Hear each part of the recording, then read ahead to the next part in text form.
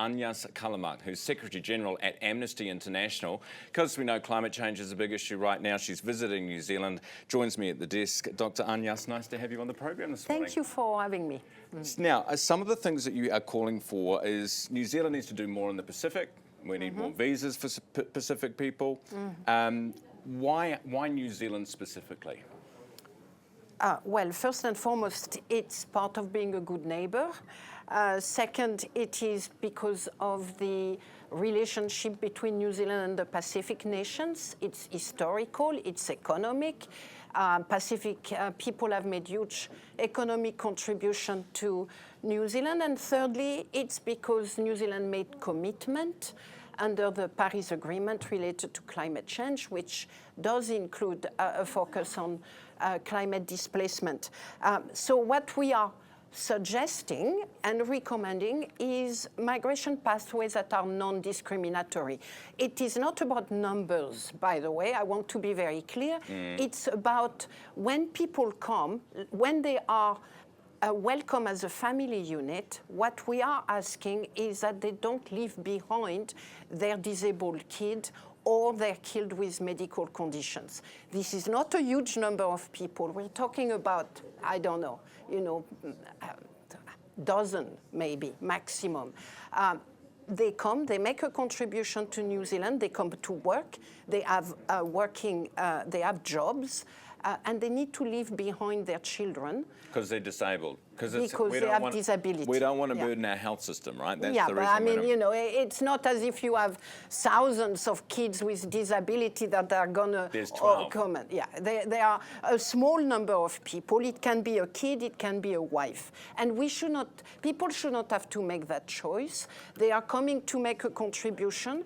But Agnes, the problem is that and look, here in New Zealand it's a much smaller scale than it is around the rest of the world. But this is a problem globally, that countries have limited resources. We don't have infinite spending on health and education, etc.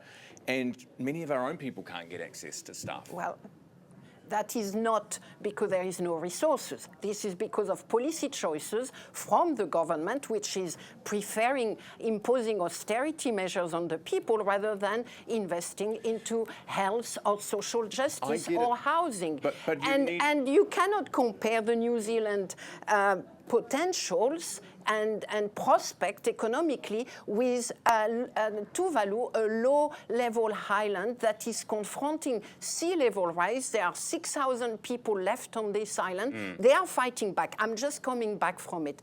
Contrary to popular belief, they want to remain, if they can, in Tuvalu. They want to fight back. What they need is support. They need I totally adaptation. Understand this, but your wider point about countries need to do more and they need to, including when they come, the health and the education, etc. This wider issue of immigration. Yeah.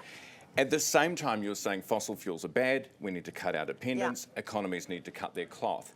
How did all of these things happen at once? How do you restrict your economic activity, reduce your tax take, affecting your ability Why do you reduce the taxation? I'm sorry. If we wanted to fight climate change here in New Zealand, then we would have fewer cows. That restricts our economic capacity. Well, the farming is excluded from your fossil fuel emission at the moment, so it will not, yes. Yeah, for now. But that is what Amnesty International would like us to do, right? To cut our emissions. What we are asking, and first of all, let's look at the global economy. There is no indication of a recession in terms of the growth and the income being that we see around the world. We have seen not a recession, but inequality. And it's a big difference, okay? The super rich are getting richer. The corporate actors are getting richer. Who is not getting richer are the poorest people. The trends are very clear. It's inequality that is a problem, not growth. So when people are saying paying for climate change means that we won't have any money, well, just go where it is. If there are people having more money, making more money, such as the big tech, who frankly are not paying paying their dues to the global economy, even though they are dominating the global economy. Begin there. Begin where the money is. Don't go for the people of Tuvalu who have, frankly, nothing to give.